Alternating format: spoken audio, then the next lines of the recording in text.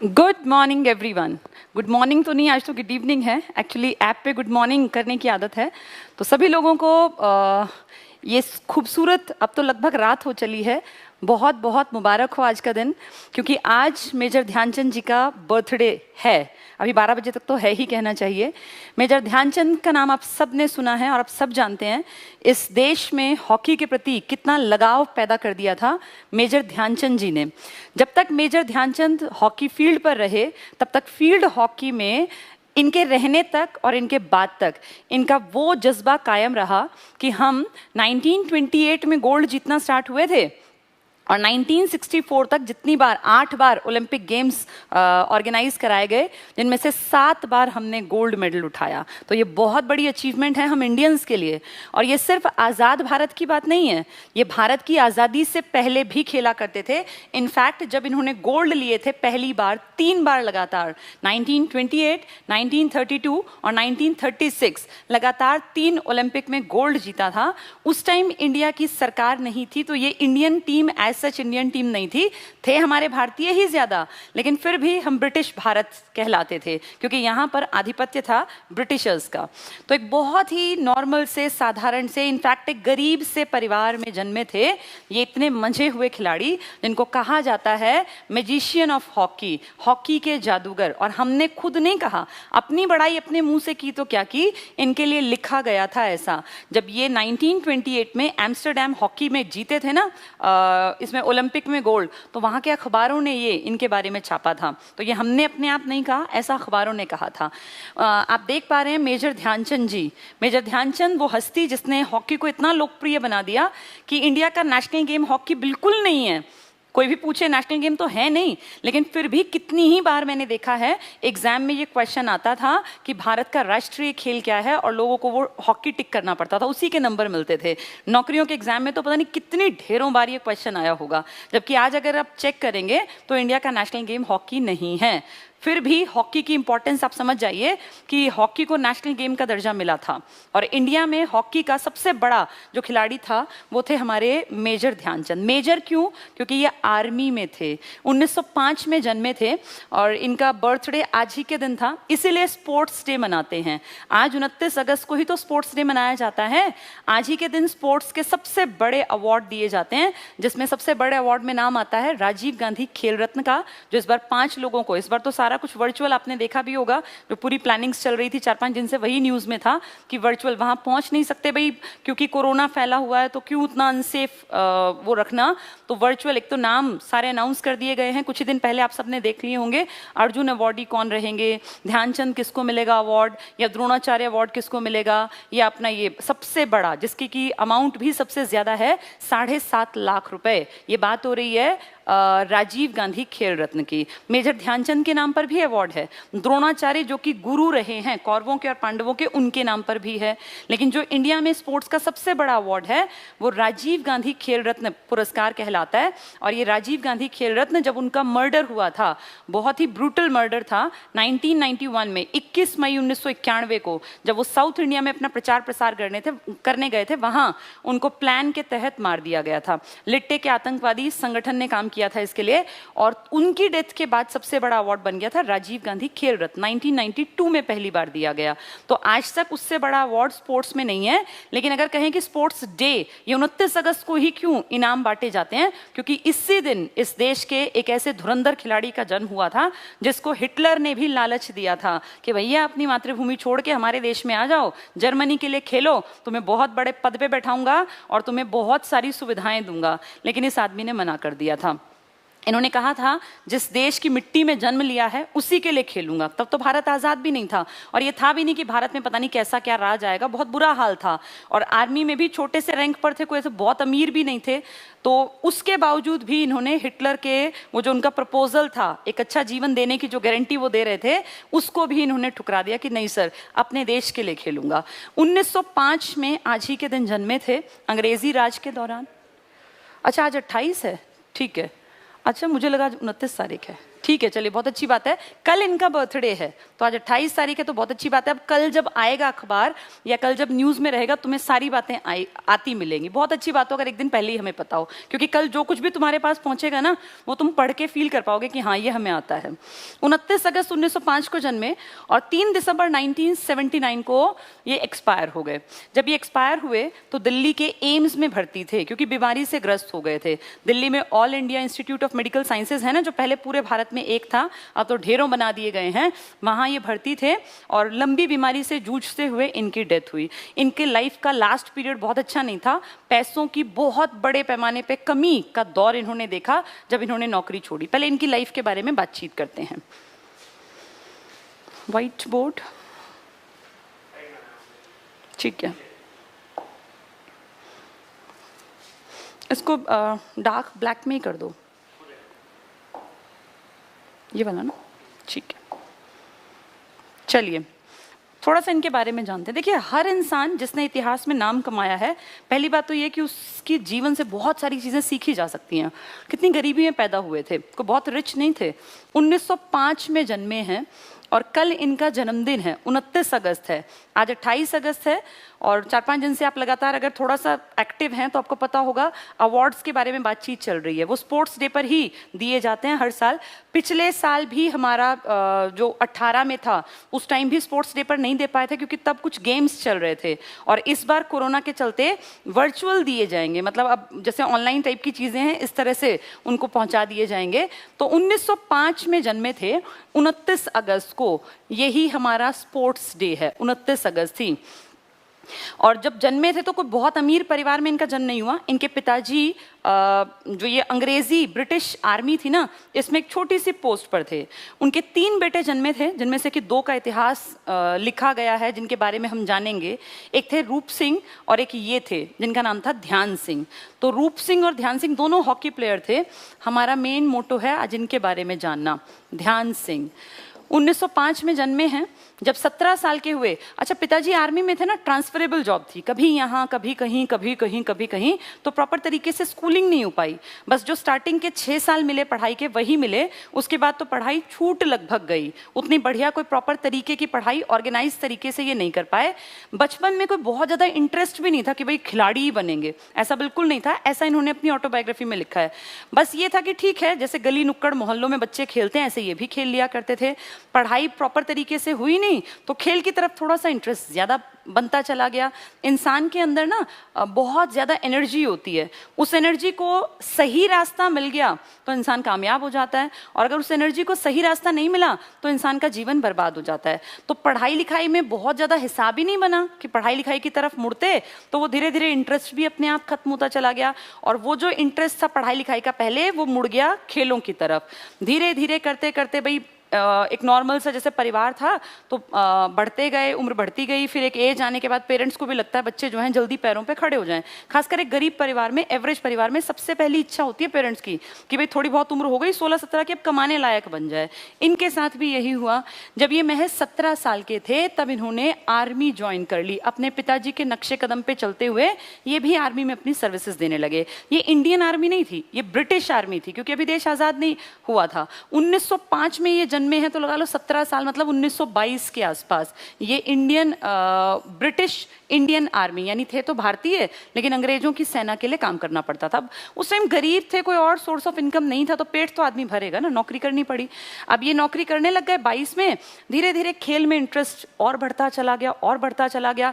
Army में जाने के बाद तो इनका इंटरेस्ट बहुत ज़्यादा बढ़ गया, और लगातार 1922 से 1926 तक 4 साल इन्होंने खूब अपने जो था ना पूरा जैसे जी जान लगा दी खेलने में।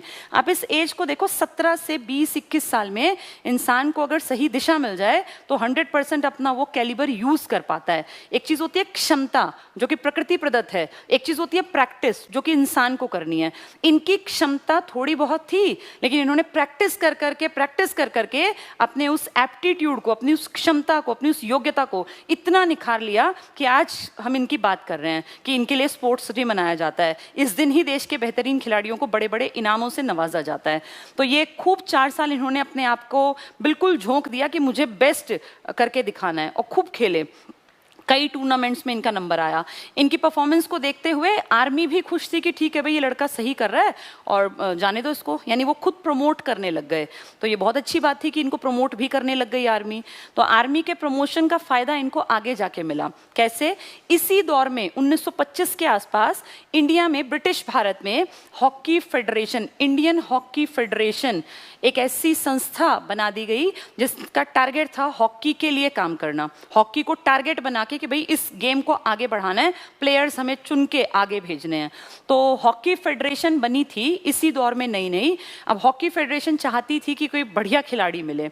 अच्छा, जब ये सब चल रहा था ना, इसके बीच में 26 से 27-28 के बीच की बात करूंगी मैं, क्योंकि 1928 में ओलंपिक होने वाले थे, ओलंपिक खेल। तो अभी हम 26 तक की तो बात कर ही रहे हैं। इसी दौर में देखो क्या हुआ, 4 साल से खेल रहा था, टूर्नामेंट में खूब जीत के आती थी इनके, जिसमें जाते ही ये वो लगभग जीत के आते। तो इसका फायदा क्या हुआ, एक टूर्नामेंट जा रहा था विदेश में, उस टाइम पे विदेश बहुत बड़ी बात थी। एक टूर्नामेंट जो जा रहा था वो न्यूजीलैंड जा रहा था, न्यूजीलैंड में इस टूर्नामेंट में हॉकी की टीम जानी थी आर्मी की तरफ से। तो आर्मी ने अपने जैसे खिलाड़ी चुने, तो उन्होंने कहा ये भी अच्छा खेलता है, ध्यानचंद भी। अच्छा, ध्यान सिंह से ध्यानचंद कैसे बना, इस तक भी पहुंचते हैं। ये जो 4 साल थे ना, इसमें इस लड़के ने अपने ऊपर इतना काम किया, इतना काम, वो कहावत है ना कि जो घिसता है वही चमकता है। तो ये 4 साल इसने इतनी मेहनत कर दी। इस मेहनत की हद देखो कि दिन भर ये ड्यूटी करते आर्मी में, क्योंकि ये सिपाही के रूप में भर्ती हो गए थे 17 साल में।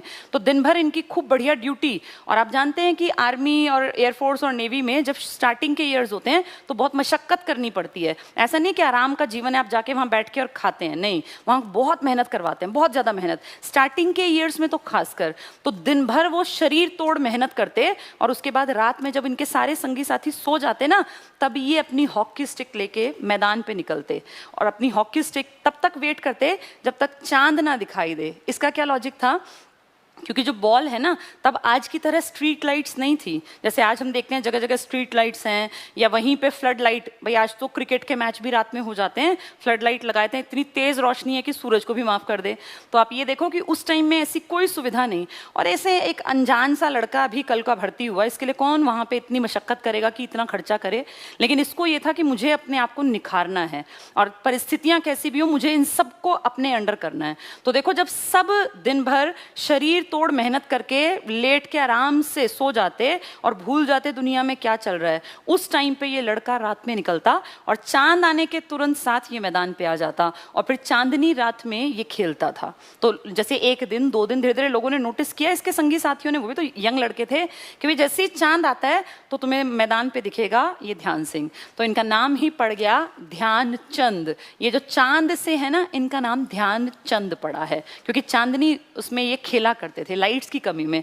आप एक चीज देखो, एक आम आदमी को अगर एक नौकरी मिल जाती है तो सोचता है यार जीवन पूरा हो गया, अब क्या जरूरत है कुछ भी करने की। और ऐसा तो है नहीं कि इनके सपने बहुत बड़े थे, कि इनको कुछ बहुत बड़ा करना था, लेकिन वो ये था कि मुझे कुछ करना है। मैं सिर्फ इस छोटे से इसमें कि भाई इतना मैं करके कि हाँ सो जाऊं, ये मेरे बस की नहीं है, मुझे कुछ करना है, कुछ बेहतर करना है। और धीरे धीरे करके ये कड़ी मेहनत, जब बाकी सोते थे तो ये मेहनत करते थे। यही डिफरेंस है कि आज इनको पढ़ाया जा रहा है, जबकि इनकी प्लाटून में कितने लोग थे किसी का नाम भी नहीं लिया जा रहा। ये डिफरेंस होता है। इंसान जो मेहनत करता है ना, वो इतिहास रचता है, जो पसीना बहाएगा उसका इतिहास लिखा जाएगा। तो 22 से 26 में इसने खूब कड़ी मेहनत की इस लड़के ने, और आर्मी को ये लगने लगा कि ये मेहनती लड़का है और ये जो है कुछ कर सकता है, कहीं अगर भेजना पड़े टीम को तो इसको हम लोग भेज सकते हैं। मौका भी मिला, कहते हैं किस्मत भी उनका साथ देती है जो मेहनत करते हैं। मौका देगी किस्मत, ऐसा नहीं है कि मौका नहीं देगी अगर आप मेहनत करेंगे। ध्यानचंद के साथ भी ऐसा ही हुआ। ध्यानचंद को 1926 में एक टीम भेजी गई आर्मी की तरफ से, न्यूजीलैंड खेलने के लिए जा रही थी हॉकी टीम। इसमें ध्यानचंद का भी लिस्ट में नाम लिखा गया कि ध्यानचंद भी जाएगा, क्योंकि 4 साल से परफॉर्मेंस बहुत अच्छी थी। ध्यानचंद का सिलेक्शन हो गया, ध्यानचंद न्यूजीलैंड पहुंचे तो वहां पर जो पूरी सीरीज चली उसमें 21 मैच रखे गए, 21 मैच। इन 21 में से 18 में ध्यानचंद की टीम जीत हासिल कर पाई। 18 बहुत बड़ी बात है। 2 ड्रॉ हो गए मैच और 1 जो है वो ये हारे। आप हार और जीत का कंपैरिजन करके देख लो, और एक हारना कुछ भी नहीं है 18 जीत के सामने। तो बहुत बड़ी जीत थी, बहुत ही बड़ी, हर तरफ प्रेज, सबके मतलब ये हुआ कि ये लड़का क्या गजब है, इतना बेहतरीन कैसे खेल सकता है। और कहते हैं न्यूजीलैंड में तो इनकी स्टिक को, जैसे खेल खत्म हुआ ना, तोड़ के देखा गया था कि कहीं स्टिक में कुछ इसने ऐसा कुछ सिस्टम तो नहीं फिट कर रखा, चुंबक टाइप का जो अट्रैक्ट कर लेता हो बॉल को। इनकी स्टिक कहते हैं बिजली की तेजी की तरह, जैसे बिजली कौंधती है ना कि आदमी देखता है इतने में कौंध के खत्म, ऐसे ही इनकी स्टिक का इतना तेज ये शॉट लगाते थे उस हॉकी की बॉल पे कि वो आदमी की नजर देख भी नहीं पाती, उससे पहले शॉट, उससे पहले गोल कर दिया करते थे। तो इनकी स्टिक पे शक हुआ था वहां के मंझे हुए खिलाड़ियों को। उन्होंने जब इनके बारे में कहा कि कुछ हमें गड़बड़ लग रही है, तो इनकी जो मैच होने के बाद स्टिक को तोड़ के देखा गया, कुछ नहीं निकला, क्योंकि वो जादू स्टिक में नहीं, इनके हाथों में था। चलिए, इनकी प्रैक्टिस में था। 1926 की ये घटनाएं हैं। 1927 में क्योंकि बहुत अच्छा खेला, टीम जीत के वापस आई, तो इनकी पद बढ़ा दिया गया। अब ये सिपाही थे ना, अब ये लांस नायक बना दिए गए, तो सिपाही से एक ऊपर पोस्ट हो गई लांस नायक। 1927 की घटना है जब इनका प्रमोशन हुआ नौकरी में भी। तो देखो, इसलिए कहते हैं मेहनत आपको ऊपर ले जाती है अपने आप। आपको कुछ नहीं करना, सिर्फ मेहनत करते जाओ, आपका अपने आप जो चीजें हैं ना वो निखरती, संवरती, सुधरती चली जाएंगी। प्रॉब्लम उनको होती है जो मेहनत नहीं करना चाहते, जो काम चोरी करते हैं।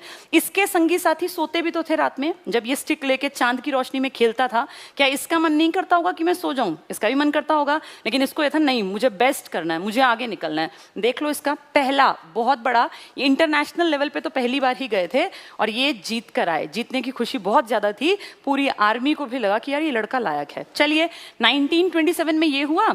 1928 में ओलंपिक, यानी दुनिया के सबसे ज्यादा टफ कह लीजिए और सबसे बड़ी खेल प्रतियोगिता है ओलंपिक्स। आज भी हम जानते हैं कि ओलंपिक्स में जीतना एक बहुत बड़ी अचीवमेंट है। आज जबकि हम आज़ाद हैं, बहुत सारे रिसोर्सेज हमारे पास हैं, ये अंग्रेज भारत की बात हो रही है, उस टाइम रिसोर्सेज इतने थे भी नहीं जनता के पास। 1928 का ओलंपिक आ गया। कहाँ पर होने जा रहा था ये? एम्स्टरडैम। एम्स्टरडैम क्या है? एक शहर है, राजधानी है नीदरलैंड की। नीदरलैंड, नीदरलैंड सुना है आपने? यूरोप में पड़ता है। यहाँ के निवासी डच कहलाते हैं। हेग नाम सुना हो? मैंने यूएनओ की एक वीडियो आपको कराई थी जिसमें मैंने हेग के बारे में बताया था। द हेग, हेग भी एक शहर है, वो एम्स्टरडैम जैसे ही एक शहर है। और ये दोनों इंपॉर्टेंट जगह एग्जाम में आ जाती हैं। क्यों? क्योंकि नीदरलैंड का जो एम्स्टरडैम शहर है, यहाँ पे ओलंपिक के कारण, और हेग में इंटरनेशनल कोर्ट ऑफ जस्टिस है, जहाँ दुनिया के बेस्ट 15 जजेस पहुँचते हैं। और एक बार जो पहुँच गया उसका कार्यकाल 9 साल का है। सब कुछ यूएनओ में पढ़ाया हुआ है। चलिए वापस आते हैं, आज हम उसकी बात नहीं करेंगे, आज हम मेजर ध्यानचंद जिनका कल बर्थडे है। तो एम्स्टरडैम में ये होने हैं गेम्स, और नीदरलैंड की राजधानी है ये। नीदरलैंड के निवासियों को हम डच कहते हैं, ठीक है? जैसे हम इंडियन हैं, जैसे पाकिस्तानी हैं, ऐसे ही यहाँ के जो निवासी हैं वो नीदरलैंड के लोगों को डच कहा जाता है, यहाँ के सिटीजन्स को। तो एम्स्टरडैम में 1928 में ये होने थे ओलंपिक। यहाँ से टीम गई और टीम ने इतना बेहतरीन प्रदर्शन किया एम्स्टरडैम में, इतना बेहतरीन कि गोल्ड उठाकर लेकर आए। ये बहुत बड़ी अचीवमेंट थी। अब तक ओलंपिक में गोल्ड एज सच नहीं था। ओलंपिक दुनिया के टफेस्ट, मान लीजिए कि भाई इतना टफ कंपटीशन होता है जहां वर्ल्ड की बेस्ट टीम आती हैं, एक से एक मजा हुआ खिलाड़ी, वहां हमने गोल्ड उठा लिया। ये पहली बड़ी अचीवमेंट हो गई, क्योंकि अभी 22 से 26 तो ये लोकल लेवल पे और थोड़ा आर्मी और देश में, फिर न्यूजीलैंड गए थे, लेकिन अब ये वर्ल्ड लेवल पर आ गए। अब इनका नाम दुनिया जानेगी। और जब ये एम्स्टरडैम में जीते ना, हमारी हॉकी टीम जब गोल्ड उठाती है, तो एम्स्टरडैम के अखबारों ने लिखा था, this is not a game, this is magic, and Dhyan Chand is the magician. तो वहाँ से हमारा पूरे वर्ल्ड में फेमस हो गया कि हॉकी का जादूगर है ध्यानचंद। ध्यानचंद की हॉकी की स्टिक में ऐसी बिजली की सी तेजी थी कि आदमी की समझ में नहीं आता था। उससे पहले सब कुछ जो था ना, वो एकदम से लगता था कि पता नहीं क्या हुआ, कैसे हुआ, और मिनट भी नहीं लगते, सेकंड्स के अंदर सारी परिस्थितियां पलट जाती थी। लगता था कि पता नहीं कैसे। अच्छा, और हार का आलम देखो, जो हारते थे ना, वो ऐसा नहीं कि बराबरी पे आके हारना। एक तो होता है कि भाई 1 के 4 हैं, 1 के 5 हैं गोल। इनके सामने जब आते थे ना टीम्स, तो अंतर इतना बड़ा होता था कि जैसे 6 और 0 से हरा दिया, कि भाई उनके 6 गोल इनका 0, या जैसे 9 और 0 से हरा दिया या 9 और 1 से हरा दिया। तो इससे ये दिखता है कि कितने ज्यादा मंझे हुए थे, कितनी स्किल थी इनके अंदर, कितनी प्रैक्टिस कर रखी थी, जो कि मैदान पे अब दिखाई देती थी यहां जाके। तो 1928 में एम्स्टरडैम में हमारी हॉकी टीम को गोल्ड मिला, और ये गोल्ड बहुत बड़ी अचीवमेंट थी इंडिया के लिए भी और ब्रिटिश भारत के लिए भी, क्योंकि थे तो ये भारतीय ही ना भाई, हमारे दिल से तो ये भारतीय थे, बेशक ये गए होंगे अंग्रेजों की आर्मी की तरफ से या कुछ भी मान लीजिए, लेकिन थे तो भारतीय ही। ये गोल्ड था हमारा पहला 1928 में। जब यहाँ से गए थे ना तो महज 3 लोग छोड़ने गए थे, क्योंकि हॉकी से उम्मीद थी नहीं। लेकिन जब ये वापस आए वहां से तो कहते हैं बॉम्बे हार्बर पर हजारों की भीड़ लगी हुई थी। सब एक झलक देखना चाहते थे कि कैसा है ध्यानचंद दिखता कैसा है जिसने देश को गोल्ड दिला दिया। तो कहाँ 3 आदमी थे और कहाँ फिर हजारों की भीड़ इनका स्वागत करने के लिए बॉम्बे हार्बर पर इकट्ठी हुई थी। ये होती हैं अचीवमेंट्स। दुनिया जब आपको देखना चाहे, दुनिया जब आपसे मिलना चाहे, इसका मतलब आपने सच में कुछ हासिल कर लिया। चलिए, ये पहला था।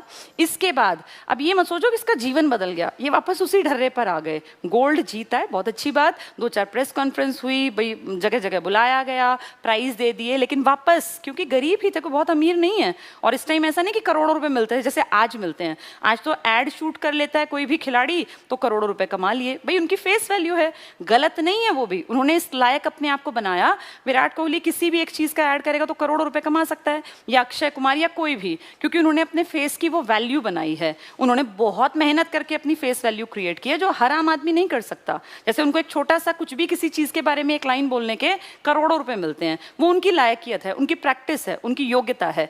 यहाँ आते हैं, इस टाइम पे कुछ नहीं था ऐसा जिससे कि पैसा कमाया जा सके, इसीलिए वापस अपनी नौकरी पे चले जाते थे। भाई खेल के आए, जीत के आए, वापस नौकरी पे, और नहीं दिक्कत मानी जाती थी। 1928 के बाद आप जानते हैं हर 4 साल में ओलंपिक होते हैं। अगले ओलंपिक 1932 में प्लान थे कि भाई 1932 में होंगे। अब 32 में होंगे, लेकिन इसकी प्रैक्टिस तो की जाएगी पहले नेशनल गेम खिलाए जाएंगे, देखा जाएगा कौन सा प्लेयर फॉर्म में है कौन सा नहीं है। तो गेम्स तो पहले भी कराने पड़ते हैं ना, अपने लोकल लेवल पे, अपने देश के स्तर पे भी तो देखना पड़ेगा। पता चला कि हम जिनको भेज रहे हैं वो 2 साल से खेले ही नहीं है, तो फिर दिक्कत आ जाएगी। इसीलिए अब ये अपनी प्लाटून में हैं, ये वापस आर्मी में सर्विस दे रहे हैं। तो हमारे यहाँ पे जो हॉकी फेडरेशन थी ना, hockey federation, Indian hockey federation, इसने आर्मी को लेटर लिखा कि जैसे ओलंपिक आने वाला था 1-1.5-2 साल पहले, ठीक है, चलिए आगे देखो क्या है। तो आर्मी में लेटर गया, और लेटर जाने के बाद यहाँ से आर्मी ने ज़्यादा इंटरेस्ट नहीं लिया। आर्मी ने कहा भाई तुम्हारा तो रोज का काम है, तुम रोज प्रैक्टिस के लिए बुलाओगे, इस आदमी को नौकरी भी करने दो। और इनको छुट्टी नहीं दी। आर्मी में जिस प्लाटून में ये थे ना, इनको छुट्टी नहीं मिली कि नहीं ऐसे छुट्टी नहीं मिलेगी। अब छुट्टी नहीं मिली तो नौकरी छोड़ने का दम उस टाइम तो भाई कहाँ से खाएगा आदमी, तो फिर नहीं मिली तो ठीक है बैठे रहे, यानी ये प्रैक्टिस पे नहीं जा पाए। लेकिन ये आदमी ऐसा नहीं कि हाथ पे हाथ रख के बैठे, ये अपनी प्रैक्टिस को as it is carry on करते रहे। चाहे ये उस जहाँ पे सिलेक्शन का प्रोसेस चल रहा था वहां नहीं गए, लेकिन ये 4 साल अपनी प्रैक्टिस अपने लेवल पे करते रहे। प्रैक्टिस की कीमत बहुत ज्यादा होती है बच्चों, जो इंसान प्रैक्टिस करता रहता है ना, वो फाइनली जाके कामयाब होगा ही होगा। और इसीलिए इस प्रैक्टिस के ही चलते हम जो ICS होमवर्क ऐप है ना, इस पे रोज प्रैक्टिस की बात करते हैं। ये देखो यहाँ से एग्जांपल ले लो, ये आदमी प्रैक्टिस के दम पे 1928 में, प्रैक्टिस के दम पे 32 में, और प्रैक्टिस के दम पे 36 में गोल्ड लेकर आया है। अगर ये प्रैक्टिस ना करता तो कौन जानता, कौन पढ़ाता, और क्यों तुम पढ़ते। आज जो तुम पढ़ रहे हो इसीलिए ना कि इसने कोई अचीवमेंट हासिल की, ये है प्रैक्टिस का कमाल। चलिए अब क्या हुआ, आर्मी को कहा गया, प्लाटून को, उन्होंने कहा नहीं दी छुट्टी, कोई बात नहीं, नहीं दी। अब जैसे इसके जो बाकी संगी साथी थे जिनको छुट्टी मिल गई, वो गए, नेशनल गेम्स अरेंज कराए गए, टीम्स डिवाइड की गई, A टीम B टीम, खिलाड़ी देखे गए, लिस्ट बना दी गई। इसको सीधे खबर मिली, उस टाइम तो ये यंग ही थे, कि भाई तुम्हारा सिलेक्शन हो गया। यानी बिना जाए, बिना उनको अपना खेल दिखाए, अपनी स्किल दिखाए, ये सेलेक्ट कर लिए गए थे। क्योंकि हर किसी को विश्वास था कि हॉकी का जादूगर कभी ऐसा हो ही नहीं सकता कि खेलना भूल जाए। और इसी कारण बिना कोई भी फॉर्मल, जो ये फॉर्मल थोड़ा सा कर, भाई 4 में जीता, 2 में जीता, इतने पॉइंट, कोई जरूरत नहीं पड़ी। 32 में इनका नाम हमारे देश से जब टीम गई तो उसमें हॉकी के जादूगर का भी नाम था, बिना प्रैक्टिस किए। लेकिन वो प्रैक्टिस बेशक वहां नहीं दिखी, अपने पार्ट पे ये दिन रात एक कर रहे थे। 1932 में जाना था लॉस एंजल्स यानी अमेरिका। अमेरिका पहुंची टीम और अमेरिका में भी इनका जादू चला और लास्ट जो फाइनल मैच था ना वो अमेरिका के ही खिलाफ था, यानी होस्ट था अमेरिका, ये तो सारा काम संभाल रहा था, इसी के देश में था, और वर्सेस इंडिया, ब्रिटिश इंडिया कह लो, हम क्यों लिखें ब्रिटिश, छोड़ो, हम तो अपने आदमी की बात कर रहे हैं, ये इंडियन था। तो अमेरिका वर्सेस इंडिया, और इस मैच में सबको लग रहा था कि शायद अमेरिका जीतेगा, क्योंकि जिस देश में गेम्स होते हैं ना उस देश में एक अपने आप जो क्राउड होता है ना वो खिलाड़ियों के मन में थोड़ा सा एक ये पैदा करता है कि भैया तू ही जीतेगा अपने देश के प्रति। अब कॉमनवेल्थ 2010 में इंडिया में हुए थे नई दिल्ली में, तो तुम देखो कितना दबाव था, जो बाहर के खिलाड़ी थे और जो हमारे खिलाड़ी थे वो गोल्ड पे गोल्ड, गोल्ड पे गोल्ड कैसे उठाते चले गए। तो अपनी मिट्टी का, अपने स्टेडियम का, अपने एरिया का फर्क तो रहता ही है ना कहीं। इसलिए देखना जब भी गेम्स जहां कराए जाते हैं वो टॉपर्स में 3-4 में आ जाते हैं, तो ये बहुत एक पॉजिटिव फैक्टर रहता है। इसी में अमेरिका वर्सेस इंडिया में अमेरिका का तो जमीन थी उसकी सारी, चारों तरफ जनता उसकी, लेकिन इंडिया जीत गया। कारण ध्यानचंद की हॉकी की स्टिक का कमाल था, उसकी मेहनत का कमाल, उसकी प्रैक्टिस का कमाल, कि इनके देश में जाके इसी होस्ट को फाइनल मैच में हमने हरा दिया। ये बहुत बड़ी अचीवमेंट थी। यहाँ अमेरिका के अखबार ने लिखा, याद है इस अखबार ने क्या लिखा था, कि this is not the game of hockey, this is magic and the magician is Dhyan Chand. यानी ये कोई गेम नहीं था, ये तो जादू था, और जादूगर कौन था, ध्यानचंद। अब यहाँ के अखबार लिखते हैं इनकी बड़ाई में कि जो ध्यानचंद है ना इनमें ऐसी तेजी है जैसी हमारे तूफान, हमारे चक्रवात टाइफून में। तो उन्होंने टाइफून से इसकी कल्पना की कि इनकी तेजी का अगर किसी के साथ कंपैरिजन करना है तो वो टाइफून बेसिकली एक ऐसा चक्रवात है, एक ऐसा तूफान है जो जब अमेरिका में आज भी आता है ना तो सारा सब कुछ साफ कर जाता है, उस एरिया में कोई बिल्डिंग, कोई घर नहीं बचता। तो इनकी तुलना टाइफून से की थी अमेरिका के अखबारों ने कि इनमें उतनी तेजी है। अमेरिका से भी जीत कर आए, बहुत बढ़िया रहा, लगातार दूसरा गोल्ड है। इसके बाद 1932 के बाद तीसरा ओलंपिक होना था 1936 में, 4-4 साल में होते हैं। अब फिर से प्रैक्टिस का दौर चलेगा, 32 से और 36 तक बैठेंगे थोड़ी, फिर से प्रैक्टिस करेंगे। प्रैक्टिस के लिए फिर से लेटर आया इनकी प्लाटून में कि सर ऐसे ऐसे आपके इसमें प्लाटून में ये लड़का है ध्यानचंद और बहुत बढ़िया खिलाड़ी है, इसको थोड़ा प्रैक्टिस के लिए आप नेशनल वगैरह करवाएंगे, इसमें भेज दो। प्लाटून के अफसर ने फिर कह दिया भाई तुम्हें यही काम है और हम नहीं भेज सकते ऐसे छुट्टी दे के। यानी दूसरी बार बुलाया तब भी छुट्टी नहीं मिली, लेकिन ये अपनी प्रैक्टिस जारी रखे रहे और उसी का रिजल्ट फिर 36 में आएगा। इस बार गेम्स होने थे। अच्छा, फिर वही लेटर आया, उस लेटर में लिखा था कि बिना फॉर्मेलिटीज के आपका नाम जो है लिस्ट में चला गया है। कुछ नहीं खेल के दिखाया इसने, ये होता है कॉन्फिडेंस। उन लोगों को था इनके ऊपर, जो चयन करता थे ना, उनके मन में ये विश्वास था कि ये लड़का जाएगा ही जाएगा, क्योंकि इसी के दम पे देश में गोल्ड आएगा। जबकि उन्होंने 4 साल से इसकी परफॉर्मेंस नहीं देखी, क्योंकि खेलने आया ही नहीं, लेकिन ये विश्वास था, और ये विश्वास इन्होंने पैदा किया था उनके मन में, अपनी प्रैक्टिस के दम पे, अपनी योग्यता के दम पे। 36 आया, 36 के ओलंपिक रखे गए बर्लिन में। बर्लिन आप जानते हैं ना, जर्मनी का बड़ा शहर है। और देखो वर्ल्ड हिस्ट्री तुमने थोड़ी बहुत सुनी होगी, पढ़ी होगी। 36 वो टाइम है जब एक बहुत बड़ा लीडर उभर रहा था जर्मनी में, इनफैक्ट उभर चुका था, क्योंकि ये तो निशस्त्रीकरण और इन सब पे काम कर रहा था। 32, 33 में तो ये देश का सर्वे सर्वा बन गया था। हिटलर, नाजीवादी, सुना होगा आप लोगों ने। हिटलर अपने देश का सर्वे सर्वा था और पूरे वर्ल्ड को इसने एक तरह से चुनौती दे रखी थी कि राजशाही जैसा मैं चाहूंगा वैसा ही होगा, और बहुत ज्यादा क्रूअल था कुछ चीजों में। हिटलर के राज में बर्लिन में वर्ल्ड के सबसे बड़े गेम्स कराए गए ओलंपिक। कौन से सन की घटना है ये? 1936 की ओलंपिक गेम्स होने थे। बहुत अच्छी बात है, यहाँ से टीम गई, ब्रिटिश भारत की तरफ से ही हमारे ये ध्यानचंद जी भी गए, और यहाँ भी जो फाइनल मैच हुआ उसमें ये जर्मनी की टीम थी, क्योंकि बर्लिन में है तो यही होस्ट हैं, वर्सेस इंडिया की टीम। यहाँ इस मैच को देखने खुद हिटलर आया हुआ था, क्योंकि भाई इसकी देश की टीम है तो वो लगता है कि दबाव में जो है ये विदेशी जो आए हुए हैं हार जाएंगे। और एक रात पहले कहते हैं, इससे ही एक रात पहले नहीं, कुछ दिन पहले ही जब हमारे यहाँ से इंडिया से गई थी ना टीम, इतनी खराब हालत थी पैसों का, फाइनेंशियली हमारा इतना बुरा हाल था कि इनको जो 3rd लेवल का कंपार्टमेंट होता है ना, जैसे आज जब जाती हैं टीम्स, देखा है कभी कभी दिखता है हम लोगों को, जैसे टीवी में न्यूज़पेपर्स में कवर करते हैं कि कितने राजशाही अंदाज में हमारे क्रिकेट प्लेयर्स चलते हैं। एक ये टीम जो 2 बार जीत के आई है गोल्ड लगातार में, तीसरी बार जा रही है, तो खर्चा करने के पैसे नहीं है, फेडरेशन के पास या देश के पास कह लो, या ब्रिटिशर्स ने जानबूझ के नहीं किए। और टीम जो है ना, वो थर्ड जो लेवल का कंपार्टमेंट होता है ना, जिसमें आदमी को लेटने बैठने की ढंग से जगह नहीं मिलती, उसमें कितना थकान भरा। यहाँ से सोचो जर्मनी जाना पानी के जहाज में, तो कैसे लेवल, कितना ज़्यादा परेशानी को देखते हुए ये टीम वहाँ पहुँची। जब वहाँ पहुँची तो कुछ दिन पहले जैसे टीमें चली जाती हैं, थोड़ा घूमते हैं फिरते हैं ताकि रिफ्रेश हो जाए दिमाग, उसी दौरान एक वैसे ही चलते फिरते सा मैच करा लिया। जर्मनी को ये रहा होगा ना भाई, 2 बार का खिलाड़ी इंडिया है, तो एक वैसी इनफॉर्मल उसमें मैच रखा गया, प्रैक्टिस सेशन टाइप में कि एक प्रैक्टिस करते हैं। अब जैसे पूरी दुनिया की नज़रें तो इंडियन टीम पर थी, हमें तो ये था ना कि भाई हमें जीतना है, लेकिन उनको ये था कि पिछली 2 बार के लगातार के चैंपियन ये हैं, इनकी प्रैक्टिस का लेवल चेक कर ले। और जर्मनी ये कोशिश करेगा क्योंकि उसी के देश में है। तो जर्मनी की टीम और हमारी टीम के बीच एक प्रैक्टिस सेशन रखा गया, और ये मान लो कि कुछ बुरी किस्मत भी रही, उस सेशन में हम हार गए। उसमें हम हारे, 4-1 से हारे। तो ये कहीं ना मन पे एक वो पड़ गया हमारी प्लेयर्स के कि यार बहुत तगड़ी टीम है जर्मनी की और इनको हराना शायद मुश्किल है। तो एक मन में स्टार्टिंग में थोड़ी नेगेटिविटी आ गई। एक पहला ही मैच हार जाए तो अपने आप लगता है ना, इनकी ज़मीन पे आके इनको हराना, और बड़ा मुश्किल लगने लगा। खैर वो तो प्रैक्टिस मैच था, टीम्स अलग अलग बांटी गई ए और बी में, फिर मैचेस चले, हम जीतते गए, कोई दिक्कत नहीं, एक आधा हारे कुछ जीते। फाइनल मैच में जाके ये दोनों सामने खड़ी हो गई, एक तरफ जर्मनी और एक तरफ इंडिया की टीम। अब इंडिया की टीम को थोड़ा सा डर लग रहा है, अब तक तो बढ़िया खेल ली थी वो, क्योंकि उन्हें वही याद आया कि प्रैक्टिस सेशन में हम जर्मनी से हारे थे और अब कल फाइनल है। तो मन में एक नर्वसनेस थी कि पता नहीं क्या होगा, कहीं ऐसा ना हो हार जाएं, मन में एक डर था।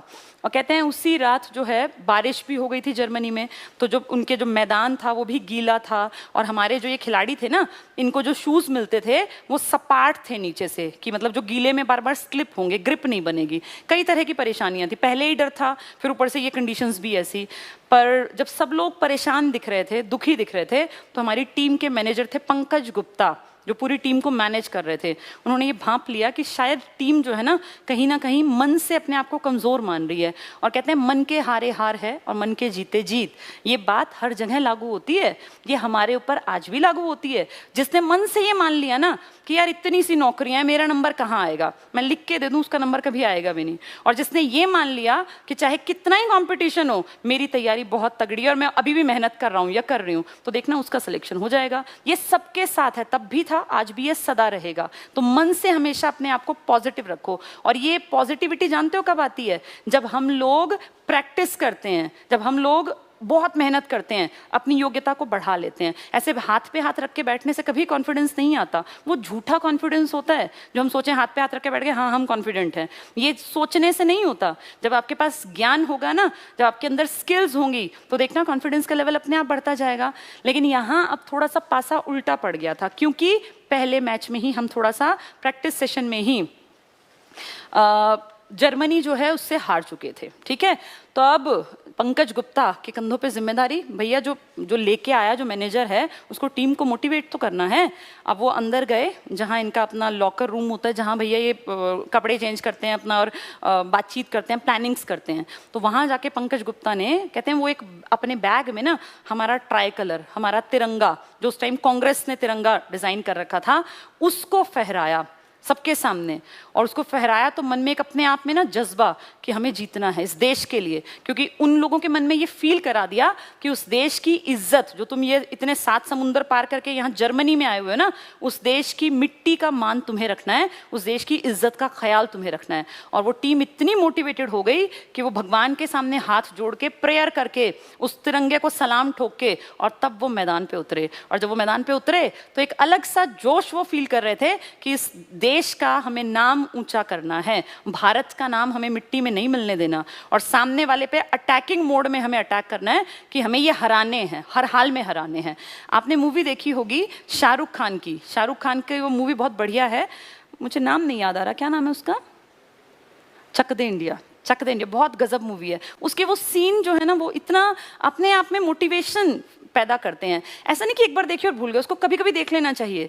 जब वो कहता है कि ये 70 मिनट तुम्हें जवाब देना है हर उस इंसान को जिसने ये कहा था कि महिलाएं खेल नहीं सकती, वो उस मूवी के कुछ डायलॉग बहुत बढ़िया हैं। यहाँ पंकज गुप्ता ने वो काम किया, वो तिरंगा फहराकर, और उस तिरंगे का मान इस टीम को रखना था, इस देश की इज्जत इस टीम के हाथ में थी। तो अपने कंधों पे ये भार लेके कि हमें इंडिया का नाम डूबने नहीं देना, पिछले 2 गोल्ड उठाए हैं, तीसरा भी हम ही उठाएंगे, इस जज्बे के साथ जब जर्मनी के सामने इंडिया की टीम उतरी तो इंडियंस के मन में बस वही था, इस टीम के मन में, कि हमें हर हाल में गोल्ड चाहिए। और जब ऐसी मंशा हो, आपने प्रैक्टिस कर रखी हो, तो वो एक आधा मैच अगर प्रैक्टिस का हार भी गए थे तो क्या फर्क पड़ता है, हार और जीत तो एक जीवन का नियम है, कभी हार कभी जीत। अब लेकिन जवाब देने का टाइम था और फाइनल में जैसा सोचा था इस टीम ने वैसा ही हुआ, ये टीम जीत गई, इंडिया ने गोल्ड उठाया। कहते हैं जब मैच का रुख बदला ना तो हिटलर अपनी सीट छोड़ के भाग गया। अपने देश में दुनिया का इतना बड़ा लीडर जिसका कि नाम चलता था, कैसे देख पाता इतनी बेइज्जती कि अपने ही सामने अपने देश की टीम हार जाए। तो ये वहां से उठ के और चला गया, इंडिया की टीम जीती। लेकिन जैसे हिटलर भी ना, ऐसे मत समझो कि कमज़ोर आदमी, हिटलर बहुत ताकतवर है। और इसने फिर जैसे पता चला भाई इंडिया की टीम जीत गई तो ठीक है, इसने कहा जिनके कारण जीती है, मतलब उस टीम को मैं डिनर पे बुलाना चाहता हूँ। तो जैसे डिनर पे गई टीम तो इसके सामने हॉकी का जादूगर ध्यानचंद बैठा था। इसने पूछा ध्यानचंद से, क्या करते हो तुम? तो हिटलर के साथ सोचो डाइनिंग टेबल पे बैठना ये गनीमत होती है, हिटलर मिलता नहीं था किसी से भी। सुभाष चंद्र बोस ने कितनी कोशिशें करके हिटलर के साथ मीटिंग अरेंज कराई थी, बहुत बहुत कोशिशों के बाद, मतलब बड़ा मुश्किल से। और ये सामने बैठा हुआ है डाइनिंग टेबल पे हिटलर के, और हिटलर पूछ रहा है कि क्या करते हो तुम? उसको लगा कोई बहुत बड़ा अफसर, कोई अमीर घराने का लड़का होगा, क्योंकि हॉकी तो सीखा गया होगा ना। तब इसने कहा कि सर मैं तो ना ऐसे ऐसे आर्मी में और छोटी सी पोस्ट पर हूँ। तो इसने कहा अच्छा छोटी पोस्ट पर हो तो तुम खेलते भी ब्रिटिश भारत के लिए हो, एक काम करो हमारे देश में आ जाओ, हमारी टीम की तरफ से खेलो और मैं तुम्हें बहुत बड़ा पद दूंगा और ढेरों मतलब इनाम दिए जाएंगे, तुम्हें जीवन जो है ना बहुत आरामदायक परिस्थिति में गुजारने का मौका मिलेगा अगर तुम हिटलर की तरफ यानी जर्मनी की टीम में आ जाओ तो। तब इन्होंने कहा सर माफ कीजिएगा, खेलूंगा मैं तो उस देश के लिए ही, बेशक मेरी पोस्ट छोटी रहे लेकिन मैंने एक कर्ज है मेरे ऊपर उस मिट्टी का, माँ भारती का, जो मुझे उतारना पड़ेगा। तो हिटलर को मतलब ये फील हुआ था कि जिस आदमी का कोई बहुत बड़ी रैपो नहीं है, जिस आदमी का कोई बहुत तगड़ा पीछे जुगाड़ इस तरह का नहीं है कि भाई जीवन कट पाए, वो आदमी इतने लालच के बावजूद भी अपने देश के प्रति गद्दारी करने को तैयार नहीं था और इसीलिए ये बड़े कहलाए, इसीलिए इतिहास इनको स्वर्णिम अक्षरों में इनका नाम लिख के छोड़ गया। चलिए, तो जर्मनी में भी गोल्ड उठा लिया, 3 लगातार गोल्ड। 19 सबसे पहला कौन सा था? 28 का एम्स्टरडेम वाला, फिर 1932 का अमेरिका लॉस एंजल्स वाला, वो भी होस्ट। अच्छा वहां तो हमने ना इतिहास भी रचा था, इतना ज्यादा गोल किए थे कि 2003 में जाके वो रिकॉर्ड जो तब बनाया था 1932 में वो टूटा है 2003 में, तो कितना लंबा। और 2036 में हिटलर के देश में जाके हिटलर के देश की टीम को हरा दिया था, ये बहुत बड़ी अचीवमेंट थी। उम्र भी बढ़ रही थी अब ध्यानचंद जी की, तो ध्यानचंद जी जो हैं भाई एक एज के बाद आदमी है, वो खिलाड़ी नहीं रह सकता, बाकी सब काम कर सकता है लेकिन खेलने के लिए थोड़ा सा शरीर का साथ देना भी जरूरी है। तो धीरे धीरे धीरे एज बढ़ती जा रही है, आप ये लगा लो 1905 के जन्मे है ना, तो एक एज तक ही तो खिलाड़ी खेल पाएगा। अब जैसे भागना है, फुर्ती है, ये 50 साल में थोड़ी रहेगी शरीर में, धीरे धीरे शरीर बड़ा होगा। तो इसीलिए 1905 में जन्मे इन्होंने कुछ साल और जैसे लोकल लेवल पे अपना थोड़ा बहुत खेल कूद को जारी रखा, इंडियन लेवल पर बाहर भी गए, ऐसा नहीं इंटरनेशनल छोड़ दिया, इंटरनेशनल करते रहे ये। लेकिन उसके बाद जब लगने लगा कि बस अब शरीर साथ नहीं दे रहा, तो बहुत कोई एज नहीं हुई थी, 1956 में ये 51 साल के थे, 51 ईयर्स के, 1905 में जन्मे है ना, तो 51 साल के थे। 51 साल में इन्होंने नौकरी से अलविदा कर दिया। 51 ईयर्स में इन्होंने अपनी वॉलंटरी रिटायरमेंट ले ली। 51 ईयर्स कोई बहुत बड़ी एज नहीं होती, लोग 70-80 साल तक जिंदा रहते हैं। तो अब जब इन्होंने रिटायरमेंट ले ली ना, तो सबसे बड़ी प्रॉब्लम आई कि अब खर्चा कैसे चलेगा, क्योंकि खर्चा तो उम्र बढ़ने के साथ साथ चाहिए ही होता है इंसान को, बुढ़ापे में बीमारी लग जाती हैं, 10 तरह की प्रॉब्लम्स होती हैं, हर टाइम पैसा चाहिए होता है। तो अब खर्चा कहाँ से आएगा, एक बहुत बड़ी प्रॉब्लम, और यही कारण है कि इनका बुढ़ापा बहुत दुखदाई कटा, क्योंकि पैसे की कमी ने आके इनको घेर लिया था।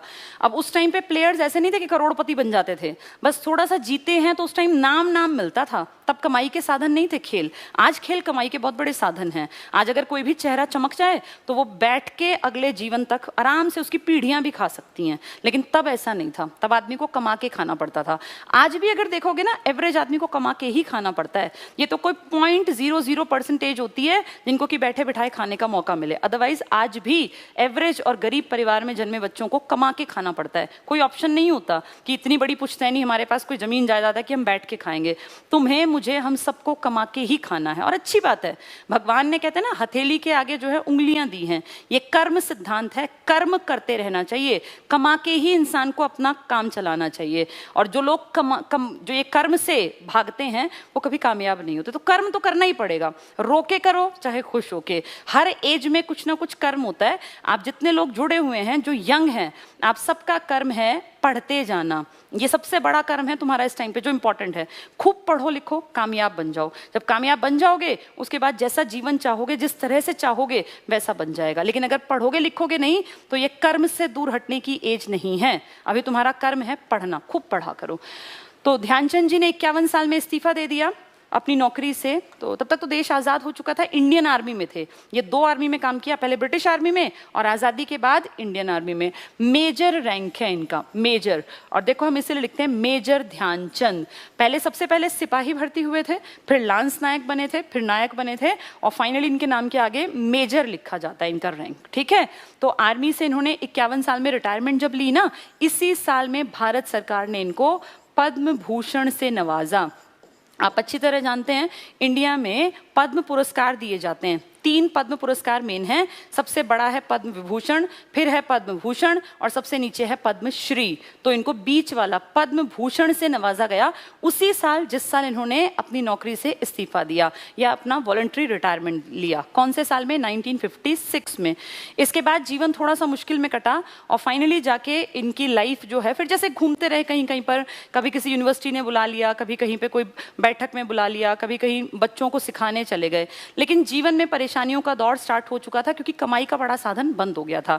इनका लाइफ का लास्ट पीरियड बहुत अच्छा नहीं बीता, लेकिन जितना जिए इन्होंने मोटिवेशन हमेशा दिए रखा। और यही कारण है कि बेशक 3 ओलंपिक में ये गए थे, लेकिन इंडिया ओलंपिक में लगातार गोल्ड लाता रहा। 1964 तक 8 बार में से 7 बार का गोल्ड हमने उठाया था और इसलिए इंडिया का नेशनल गेम हॉकी के नाम से कहलाने लग गया था। आज अगर आप कहेंगे इंडिया का नेशनल गेम तो क्रॉस, कोई नहीं है।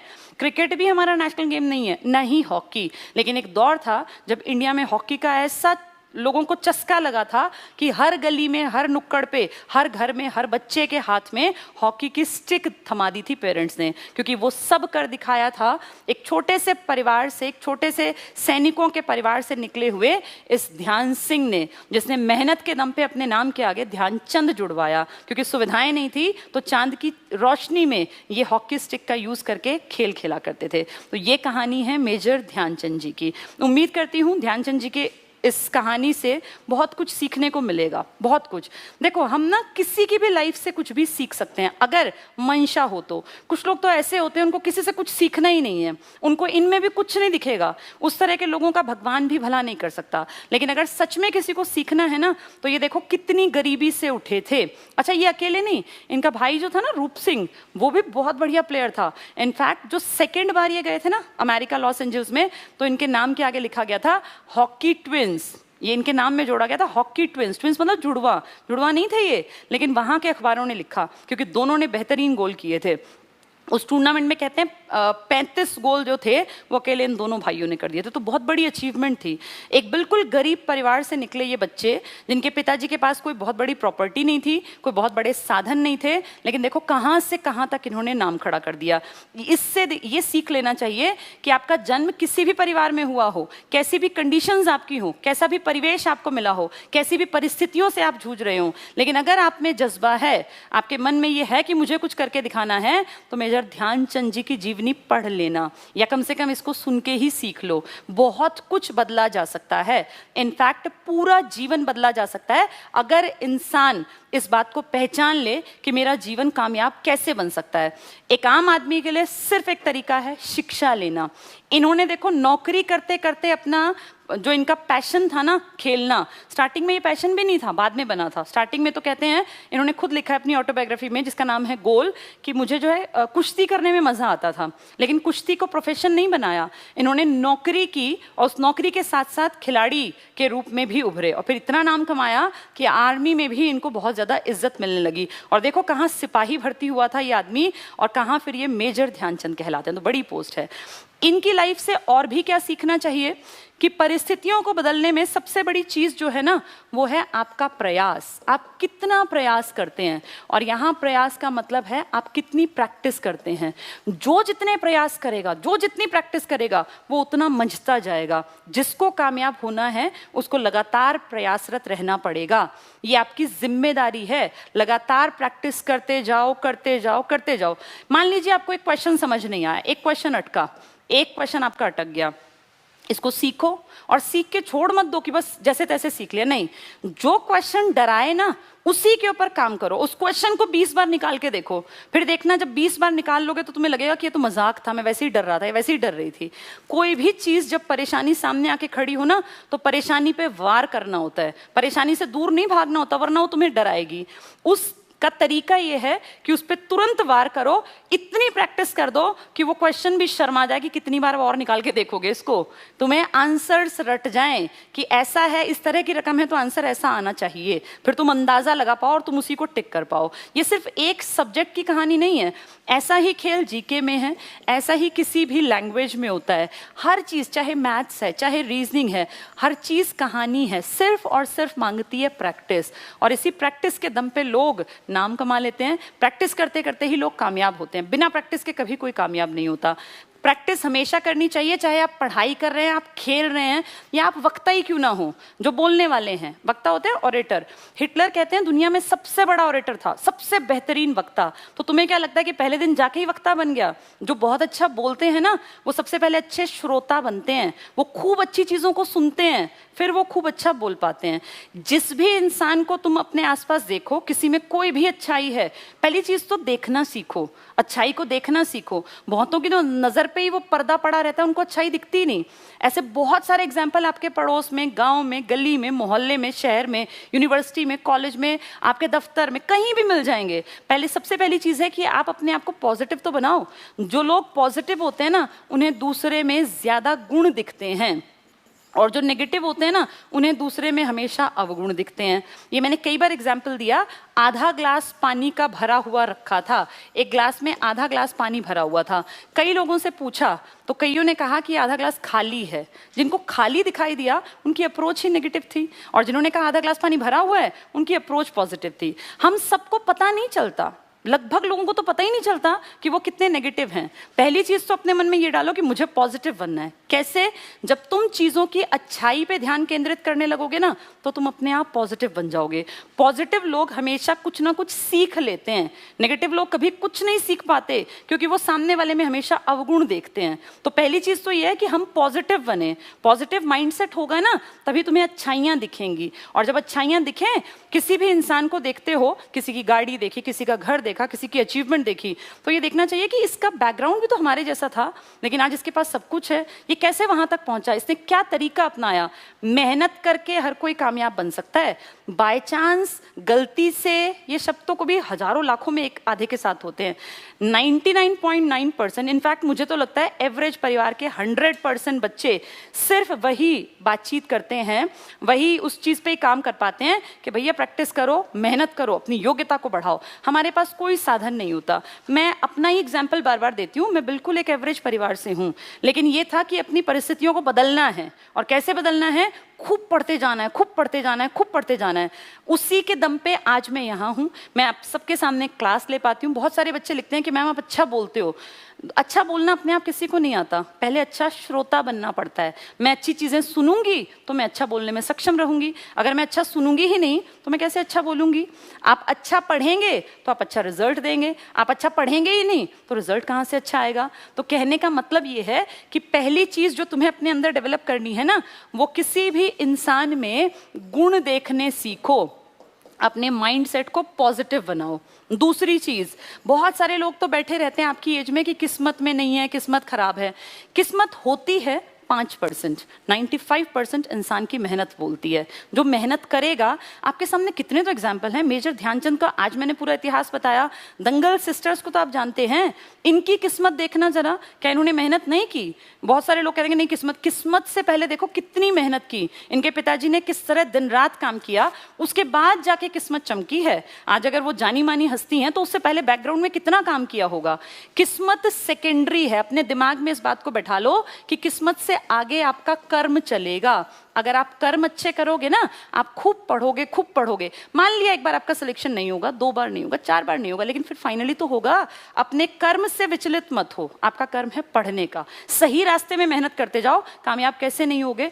जिसने ये बात समझ ली कि मुझे पॉजिटिव रहना है, मुझे कर्म करना है, किस्मत सेकेंडरी है, दूसरे आदमी में मुझे गुण ज्यादा देखने हैं, ऐसा बच्चा जो है ना, वो कभी भी नाकामयाब रह ही नहीं सकता। ये गारंटी है। ध्यानचंद जैसे एग्जाम्पल देश में भरे पड़े हैं। मैं कितनी बार आप लोगों के सामने ये बात करती हूँ। अब एक चीज और बता दूं चलते चलते, क्योंकि हमसे जुड़ने वाले सब लोग यंग ही होते हैं। ये कर्म और ये प्रैक्टिस की जो बात हो रही है, इसी को हमने पढ़ाई में अप्लाई कर दिया, और इसीलिए इस प्रैक्टिस की कमी थी, बहुत कमी है। और बच्चे बहुत सारे हैं जो एग्जाम देने के बाद आते हैं और कहते हैं पेपर बहुत कुछ आता था लेकिन आते आते भी गलत हो गया। ये बहुत कॉमन प्रॉब्लम है। इसी प्रॉब्लम को दूर करने के लिए हमने अपने बच्चों के लिए ICS होमवर्क ऐप ये लॉन्च किया था। ICS होमवर्क ऐप, इस ऐप पे जो सबसे ज्यादा फोकस है ना, वो किस चीज पर है कि आप चीजों की लगातार प्रैक्टिस करते जाएं। चाहे मैथ्स है, रीजनिंग है, जीके है, या कुछ भी है, आप उसकी प्रैक्टिस करते रहिए। जो बच्चा लगातार प्रैक्टिस करेगा, ध्यानचंद भी तो प्रैक्टिस से ही कामयाब हुए, दंगल सिस्टर्स भी तो प्रैक्टिस से ही आगे बढ़ी, वो बच्चा भी पीछे नहीं रहेगा जो प्रैक्टिस करेगा। जो प्रैक्टिस नहीं करेगा वो कामयाब नहीं होगा। आपको कितना ही आता हो, लेकिन अगर आप प्रैक्टिस में कमी रखते हैं ना, तो फिर आप आगे नहीं बढ़ेंगे। अपना एक शेड्यूल सभी लोग फिक्स कर लो। सभी लोग, जितने लोग मुझे सुन रहे हैं, सब लोग अपना एक शेड्यूल बनाओ। शेड्यूल में अपना एक टाइम टेबल होना चाहिए। जो लोग मैनेज तरीके से, ऑर्गेनाइज तरीके से पढ़ते हैं ना, वो कामयाब होते हैं। बहुत ज्यादा पढ़ने की जरूरत नहीं होती, लेकिन चीजों को सिस्टमैटिक पढ़ना होता है। ऑर्गेनाइज होनी चाहिए आपकी सारी चीजें, चाहे आपकी पढ़ाई हो, चाहे आपका लाइफस्टाइल हो, क्योंकि जितना ज्यादा ऑर्गेनाइज होकर काम करोगे, उतना कामयाबी के पास पहुंचने के चांसेस ज्यादा होंगे। आपका एक शेड्यूल होना चाहिए, एक प्रॉपर टाइम टेबल होना चाहिए। इस टाइम टेबल में आप अपने आप सेट करो सब्जेक्ट्स कैसे पढ़ने हैं। जो लोग ऐप पर जुड़े हैं, बहुत अच्छी बात है, उनको ये सब किया हुआ मिल जाता है। अगर कोई बहुत ही गरीब है, भैया क्या करें कि बिल्कुल घर में खाने कोई पैसा नहीं, कुछ नहीं है, तो उसको कहीं ना कहीं अपने ऊपर काम करना पड़ेगा।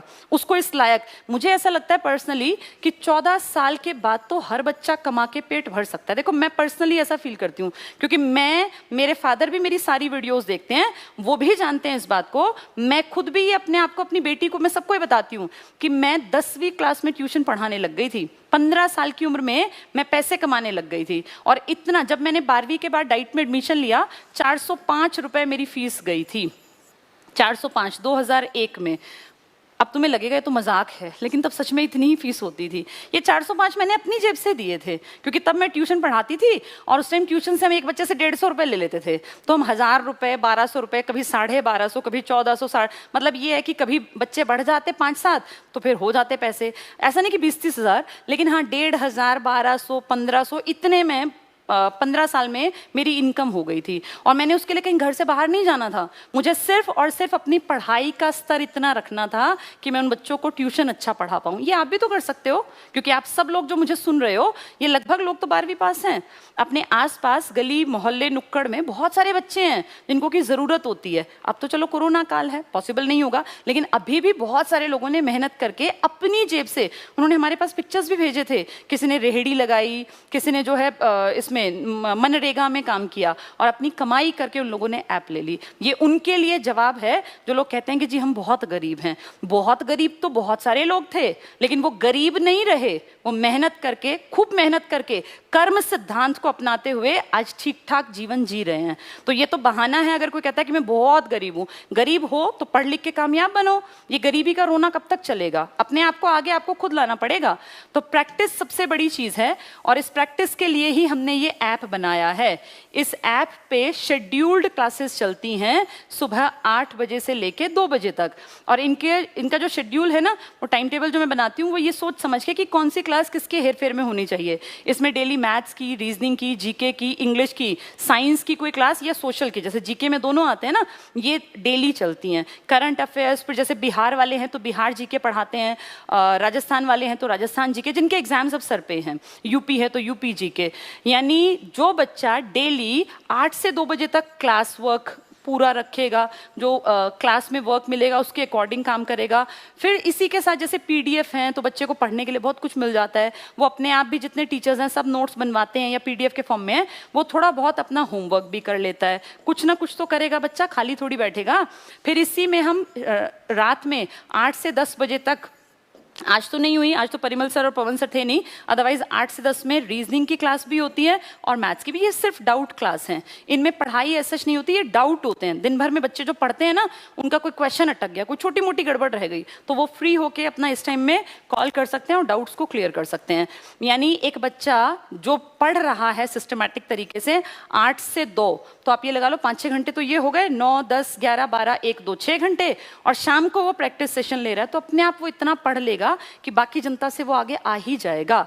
प्रॉब्लम उनकी है जो सिर्फ बातें बातें करते रहेंगे, वो प्लानिंग बहुत अच्छी करेंगे पर पढ़ेंगे नहीं। रिजल्ट बातों से नहीं आएगा, रिजल्ट आएगा पढ़ने से, रिजल्ट आएगा मेहनत करने से, रिजल्ट आएगा खूब प्रैक्टिस करने से, रिजल्ट आएगा जम के बैठ के पढ़ने से। कानों में लीड लगाने से भी रिजल्ट नहीं आएगा, प्रैक्टिस करनी पड़ेगी, मेहनत करनी पड़ेगी। हाँ, इतना कहूंगी, 1 बार 2 बार हो सकता है कि ये चीजें आपको लगे कि यार इतना पढ़ लिया अब नई बात बन रही है।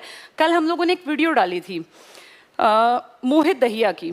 मोहित दहिया जो कि दिल्ली पुलिस में कार्यरत है। अब मोहित दहिया को 2 साल हो गए दिल्ली पुलिस में लगे हुए। तो एक आधा तो बेचारा इतना परेशान, इतना दुखी आत्मा था, वो उस पर भी एक ने तो लिख दिया इट्स फेक।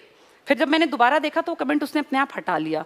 मतलब लोगों को इतनी भी शर्म नहीं आती कि कोई अपनी यूनिफॉर्म पहन रहा है, दिल्ली पुलिस उस पर दिख रहा है, उसकी जो नेम प्लेट होती है ये है, वो उसको भी देखो कितनी नेगेटिविटी है कुछ लोगों में कि उनको वो आदमी जो कि ड्यूटी करते हुए जिसको 2 साल हो गए, उसके माँ बाप आए हुए हैं, उसका गाँव दिखाया गया, उसको वो भी फेक लग रहा है। अब ऐसी मानसिकता वालों का कहीं कुछ नहीं हो सकता। इनका तो भगवान भी उतर आएगा ना तो वो भी कहेगा, हाथ जोड़ेगा कि भैया तेरा भला मैं भी नहीं कर सकता। तो ऐसे लोगों से आम आदमी तो क्या एक्सपेक्ट करेगा। छोड़िए, ऐसे लोगों का कुछ नहीं बिगड़ना, मतलब जैसे है जीवन वैसा ही निकल जाएगा, बेचारों का कुछ होना नहीं है। हम बात करते हैं एक एवरेज बच्चे की, जिसके पास जीवन जीने का एक बहुत बहुत सुंदर ऑप्शन होता है अगर वो मेहनती है। तो खूब मेहनत करनी चाहिए, ये जीवन के ना नियम है। मैं एक प्लान कर रही हूँ, एक क्लास लूंगी मैं 1-2 दिन में ही, जिसमें मैं कुछ खास बातें आप लोगों के साथ शेयर करूंगी कि सक्सेस का जो मुझे लगता है मूल मंत्र क्या है। जैसे मैं आज जहाँ हूँ, इसके पीछे मुझे क्या लगता है कि मैंने ऐसा क्या किया कि मैं यहाँ तक पहुँच पाई, जबकि मैं भी तो एवरेज थी। मैं कोई बहुत ब्रिलियंट या जीनियस, मैं कोई जीनियस नहीं थी ना, मैं कोई बहुत एक्स्ट्रा ऑर्डिनरी लड़की थी, बिल्कुल एवरेज सी स्टूडेंट थी। एवरेज, बस प्रैक्टिस करती गई और चीज़ों में अपने आप निखार आता गया। तो मुझे जो लगता है आज अपनी एज में, मैं 37 ईयर्स की हूँ, कि मुझे कुछ चीज़ें जो इतनी बड़ी एज तक आते आते समझ में आई हैं, क्यों ना मैं वो यंग क्राउड को पहले ही बता दूँ। अगर एक रास्ता आपको पता हो और आप उस पर चलने के इच्छुक होते हैं तो हो सकता है ना आपके जीवन में जल्दी बदलाव आ जाए। जो चीज़ मैंने 37 तक ऑब्जर्व की है, 37 तक फील की है, अगर वो आपको 21, 22, 25 में पता चल जाए तो हो सकता है कुछ लोग उस रास्ते पे चल पड़े, वो अपने जीवन को कामयाब बना लें। और बहुत अच्छी बात है कि सोशल प्लेटफॉर्म है हमारे पास। जैसे अब मैं अपनी बात कितनों तक पहुंचा सकती हूँ, हज़ारों बच्चों तक। अब मैं जाऊँगी, जब तक वीडियो हटेगी, मैं क्लास ऑफ करके जाऊँगी, तब तक ये कई हज़ारों बच्चे देख चुके होंगे। यानी एक एक आदमी जो जीवन में सफल हुआ, सफलता के मायने क्या हर किसी के लिए अलग हैं, लेकिन सफलता के मायने जो मैं फील करती हूँ ना, जब आपको बहुत सारे लोग प्यार करते हो, जब आपने समाज में एक अच्छा स्थान बना लिया हो, जब आपके पास अपने जीवन को आप देखें तो आपको प्राउड फील हो कि हाँ, मैंने अपने जीवन को कहाँ से कहाँ तक पहुँचा दिया और बहुत सारे लोग मुझे प्यार करते हैं, मुझे पसंद करते हैं, उसको कहते हैं सफलता। आपका परिवार भी खुश हो, आपसे जुड़े लोग भी मैक्सिमम खुश हो, तो आप अपने आप को सफलता की कैटेगरी में रख सकते हैं। ये मेरी परिभाषा है, सबकी परिभाषाएं अलग अलग होती हैं, लेकिन मुझे लगता है कि एक एवरेज इंसान अगर इतना अचीव कर लेता है तो वो सक्सेसफुल कहला सकता है, उसको माना जा सकता है कि कि हाँ ये सफल आदमी है। देखो सफलता ऐसा नहीं है कि मिल गई और आप बैठ गए, सफलता के बाद भी काम करना होता है। मैं अभी भी आज भी कई घंटे पढ़ के यहाँ पे पहुंची हूँ, आज भी मैंने बहुत सारे नोट्स अलग अलग चीज़ों के बनाए हैं।